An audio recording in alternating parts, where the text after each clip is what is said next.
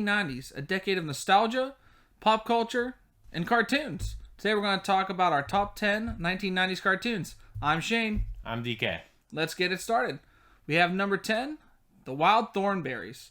The Wild Thornberrys is a great show of the 1990s for the simple fact that it takes you through different places in the world. They're always traveling as a family. I always thought that was kind of like a cool dynamic.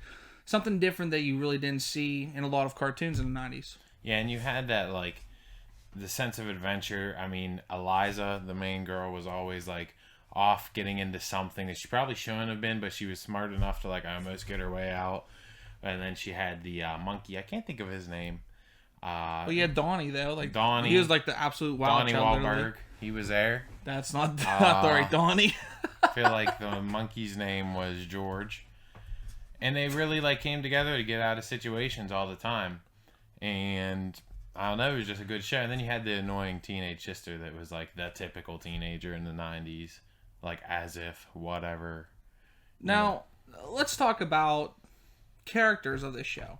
Your favorite character. And there's definitely a certain reason why. They don't know. But I know. Let's give them what they came to see. So, over the years of just joking around, I somehow developed a Nigel Thornberry voice, and well, here it is. Smashing!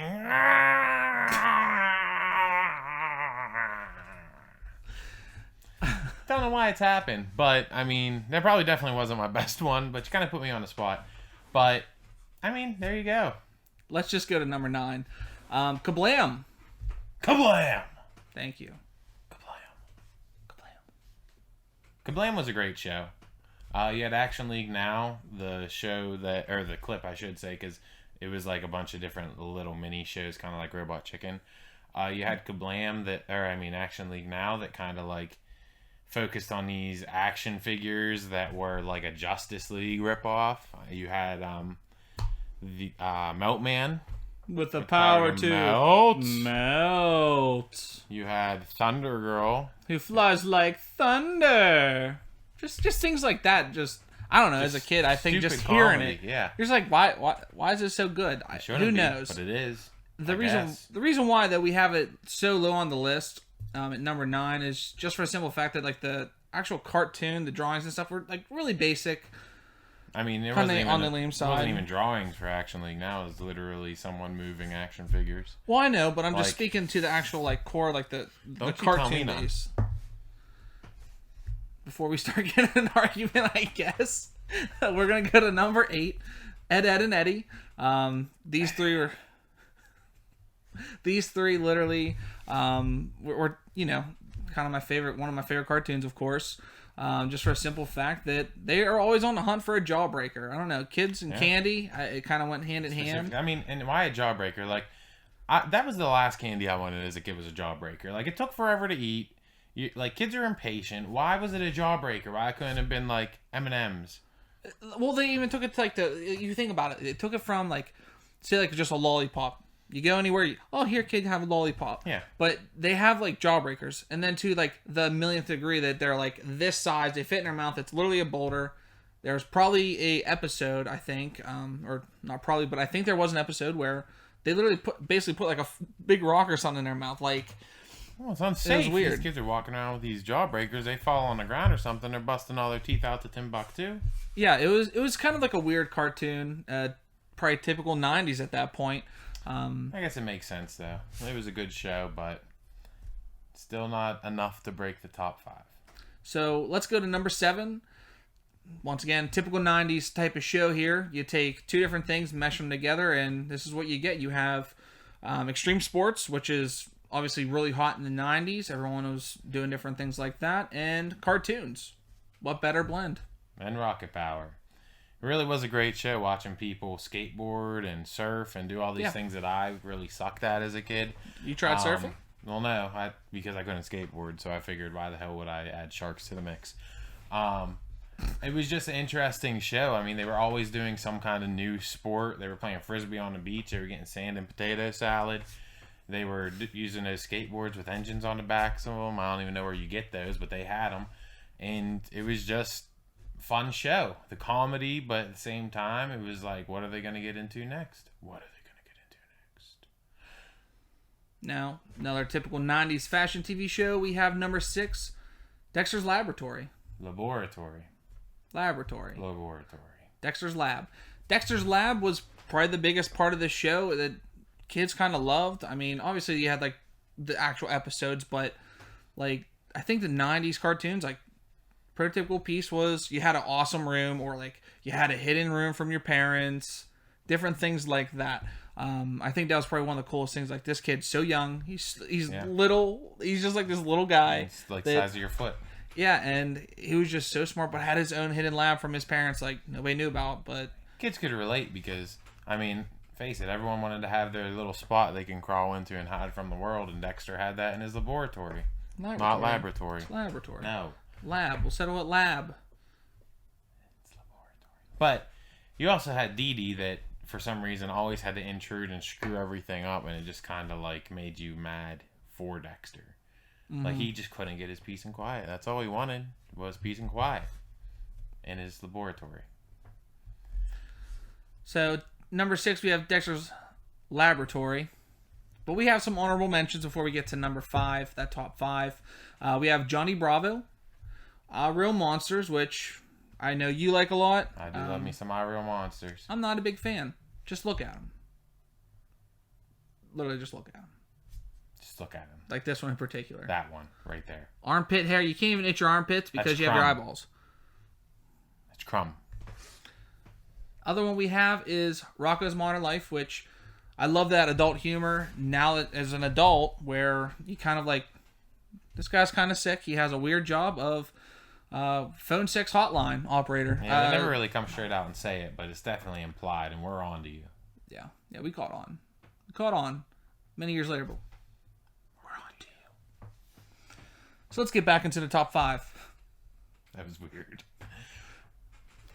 But they love it. Laboratory. Number 5, we got Courage the Cowardly Dog coming in hot. I personally love Courage the Cowardly Dog. I love the spookiness to it and the comedy. It always was just creepy and unsettling. You had some of the villains like Ramsey with the slab. I mean, that one's iconic. Everyone remembers him. Memes about it, GIFs. Yeah. It's kind of taking the world by storm. It's almost like a cult classic. That's the way I view Courage, and that's why we had to put it in the list, at least on my side. It's a cult classic if you can call a cartoon that.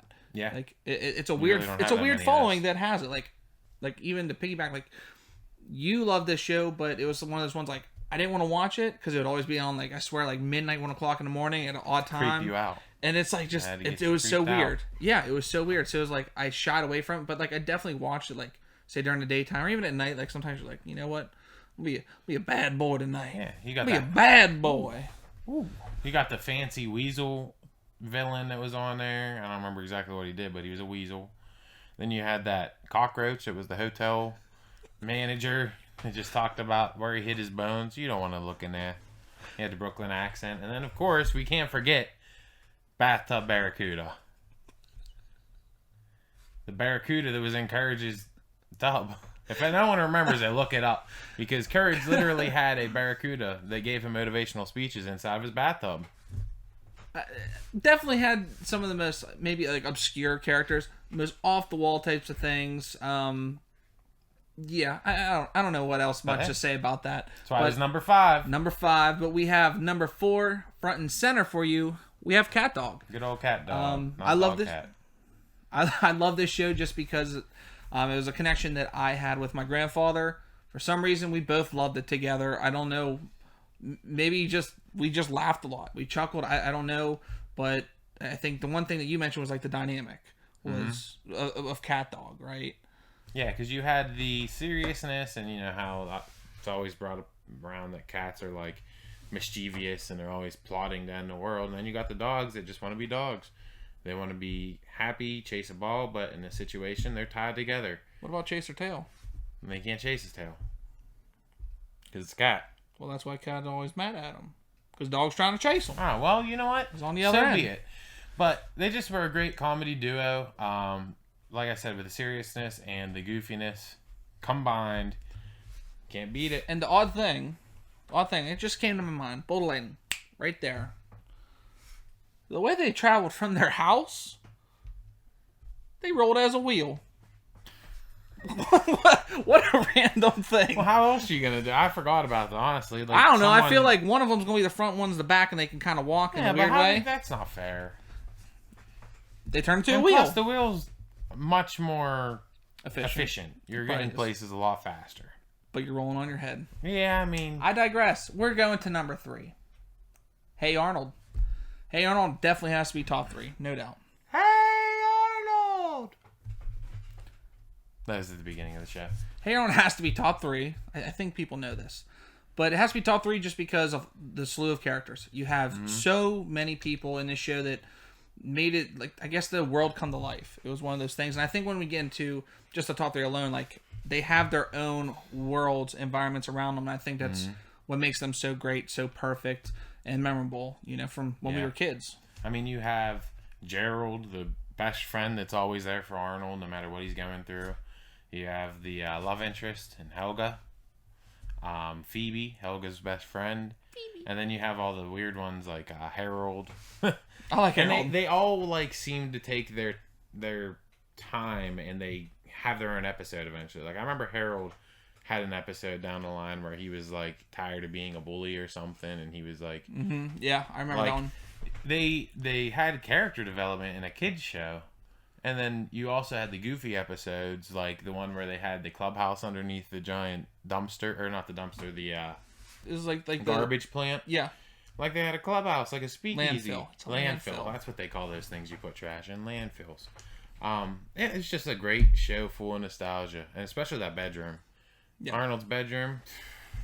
Yeah, pretty sweet. Remote control with everything. It sounds like sounds like he's living in 2020 already at that point, but I mean, what a sweet futon. That's the only time, mark my words, that's the only time anyone would ever say, that's a sweet futon. Wow, what a sweet futon. That's it. Last time you're going to hear it. There you go. Take it in. So, number 1 and 2, highly and heavily debated between us, right? I really wanted to put number 2 as 1, but also was extremely conflicted because 1 has such a strong place in both of our hearts. But yeah, but hey now. Let's not get too far ahead of ourselves. Let's focus on number 2 because it's a good one. Let's focus. Number 2. Focus. SpongeBob SquarePants. SpongeBob. I'm just going to say it. It's focused for SpongeBob. And if you think SpongeBob should be number 1, let me know about it. Let him know about it. Let me know about it. Okay. I ain't gonna change my mind, but you can let me know about it. I'll think about it. Number 2, though, with SpongeBob, once again, it has such a immersive world. SpongeBob, there's so many characters, from Mr. Krabs, his boss, to Squidward, Patrick, Mrs. Puff, the leg guy, Pearl, the leg guy. We don't even know his name. I think it's Frank. Like, if not, like, whatever. We'll just call him Frank. Hey, just let us know in the comments below if you actually know that leg guy's real name, because I think it's Frank. But regardless, like, even something small like that, like, however many episodes are there's so many at this point. I think they're still going. They have a movie coming out, which I know that we talked about, like prior to filming. Third movie, I think they've like actual in theater movie that they've put out. Yeah, it's like, even though we're in our 20s, like, we're excited. There's no reason not to. I'm calling off. I'm not calling off, but I'll think about it. But that's one of the great things about SpongeBob. Just something simple as a guy that's my leg. Like, how does that stand out so much? Where it's in years later, millions of episodes. Yeah, 15 years later, I still remember that fish. Yeah, and breaking his leg. But SpongeBob is like that go-to for any kid, any generation. It doesn't matter how old you are. Even like, there is a lot of comedy in that show. A lot of things that are just like adult humor, like Rocco, things like that. But it's truly one of a kind. Can never replicate it, duplicate it in that regard. I mean, is there anything else you think you can add about SpongeBob? I think you wrapped it up pretty well there, honestly. I love SpongeBob. I mean, it came in late in the game. Came out like 98. Yeah. So it just caught the 90s, just enough, but left its impact. Oh yeah, for sure. Now let's go to number 1. I think I took number 2 almost the whole way home on that, but let's go number 1. You take it. Number 1. And rightfully so. I want to take number 1 now. Thank you. You have it. Yeah, go ahead. You just say it. I'm strapped in. I'm ready to rock. Let's go ahead. Say Rugrats. Rugrats. That's what it is. Rugrats, Number baby. 1. Woo! We got there. Number 1 is Rugrats. I mean, there's lots of reasons, lots of episodes, lots of great characters, and the environment brought you back in. Yeah, Once again. Let me throw some facts your way. Rugrats came to Nickelodeon in 1991. Didn't stop, I want to say, until like 97 or 98. So it pretty much went all the way through the 90s. Not to mention. Math would serve us right, yeah. Not to mention. But you are mentioning, so mention. I'll mention it. Nickelodeon tapes started with the Rugrats with the orange cassette. You see that orange cassette, you knew it was Nickelodeon, and it's probably Rugrats. So Rugrats was the mold and the one that like they marketed so heavily. Marketing left and right. Like think about it. Like Christmas one year, whatever year it was, they had at Burger King all the watches. I got every single watch for Christmas. It was probably one of the best gifts ever, and I think that might have been the same year I got a PlayStation 1 for reference in time. Yikes. So you have that. And other things are Burger King, and like they even had the movie that coincided, right? Yeah, and not to forget, they like pretty much invented, I don't know if they were the first ones, but the Smell-O-Vision card. Things we still can't even do nowadays. They did Smell-O-Vision in the 90s. They had that little card that you got from, I want to say it was McDonald's, and it had the little number, and you scratched it when the number came up. It's Burger King. Burger King. I mean, I only said they had watches. Yeah, you're right. Sometimes. But they had the card, and it had a little number, and you scratched that number, and whenever the number came up on the screen, you sniffed it. And what do you know? You're sniffing a diaper. There was definitely Dill's diaper in there. Yeah. Definitely. They would have known. But they had simple things like popcorn season. It was like Blue Raspberry. Like we rented the tape. Maybe I had some of that left. Yeah, and you had some left. You went and see it in theaters. I don't think I did, but right on that popcorn, Blue Raspberry popcorn, coming at you. Yeah, and it was like one of the great things. Like Rugrats had everything. They were marketed so heavily. You know, they are literally, I'd say, the perfect 1990s cartoon. If SpongeBob, you know, has any flaws or anything like that, that's probably why they're number 2. I think if SpongeBob would have been in the game earlier, I think it would have been like almost impossible to separate the two. But I mean, come on, Rugrats was there for almost all the 90s. Yeah, it was basically while we were. When you think Nickelodeon, you think Rugrats. Yeah, but now newer generation, but they probably think that SpongeBob or maybe even something else is when Nickelodeon. When we do a 2000s cartoon video, SpongeBob's gonna be up there. And you know what's crazy? The kids that love SpongeBob or even like younger than us, they might not even remember like the Nick Nickelodeon. See, like they might not know that. Or Face. Remember? You don't remember Face? I think we had this conversation. Yeah, we had the conversation. I don't remember Face much. It was a weird. Look it up if you don't know who Face is. Like this guy, I don't understand how you don't. I looked it up. But there's a blur. Yeah, mental. But hey, Rugrats number 1. Yeah, I'm happy with it. Let's close this out with a simple request. Let us know what we got right and what we got wrong. We want to know what your lists are. If you have SpongeBob number 1 over Rugrats, I'm fine with that. I don't think we're going to disagree. But there might be other. We might. There might be other cartoons that you love that maybe we completely forgot about, even though we went through just about every darn cartoon known to man. But as always, like, share, subscribe. Make sure to hit the bell so you see notifications of our upcoming videos, but also check out our past videos as well. But let's take it out as 90s fashion. You want to tell them? Stay gnarly. Stay radical. And thanks for coming by. Talk Culture.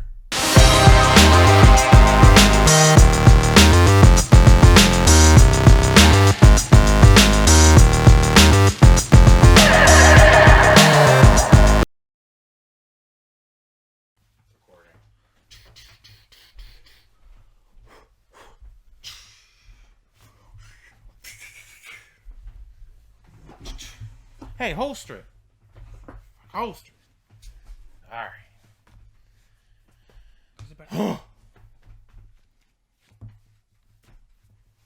Okay, we need to stop fucking around.